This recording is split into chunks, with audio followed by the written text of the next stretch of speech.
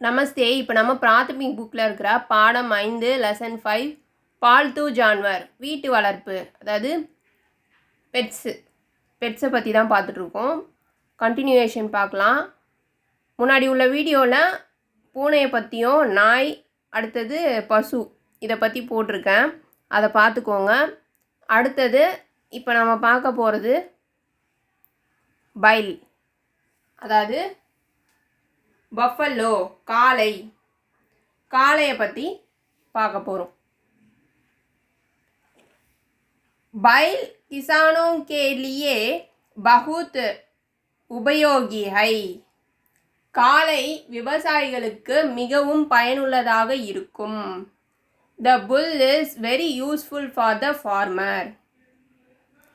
அதாவது காளை, buffalo, bullock cart, அது விவசாயிகளுக்கு மிகவும் பயனுள்ளதாக இருக்குது, ரொம்பவே யூஸ்ஃபுல்லாக இருக்குது அப்படின்னு சொல்லிட்டு சொல்கிறாங்க.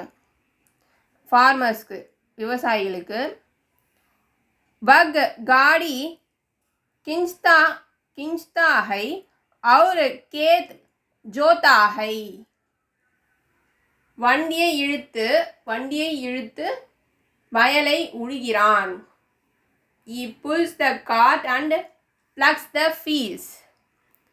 அந்த வண்டியை இழுத்து அந்த வயலில் உழுவுறதுக்கு ரொம்பவே யூஸ்ஃபுல்லாக இருக்குது அப்படின்னு சொல்லிட்டு சொல்கிறாங்க. அதாவது புல்லக்காட், காளை மாடு. இவன் அப்படின்னு ஏன் சொல்கிறாங்கன்னா, இதை ஒரு ஆணாக குறிப்பிடுறாங்க, இதில் ஒரு மென்னாக குறிப்பிடுறாங்க. गाय और बैल हमारे देशा की संपत्ति है. மாடுகளும் காளைகளும் நம் நாட்டின் சொத்து. cows and bulls are the wealth of our country. மாடுகளும் காளைகளும், அதாவது பசுக்களும் காளைகளும் நம்ம நாட்டோட சொத்து. cows and bulls are the wealth of our country. நம்மளோட wealth of our country அப்படின்னு சொல்லிட்டு சொல்கிறாங்க. இந்த வீடியோ பிடிச்சிருந்ததுன்னா லைக் பண்ணுங்கள், ஷேர் பண்ணுங்கள், சப்ஸ்கிரைப் பண்ணுங்கள். நமஸ்தே, தன்யவாத்.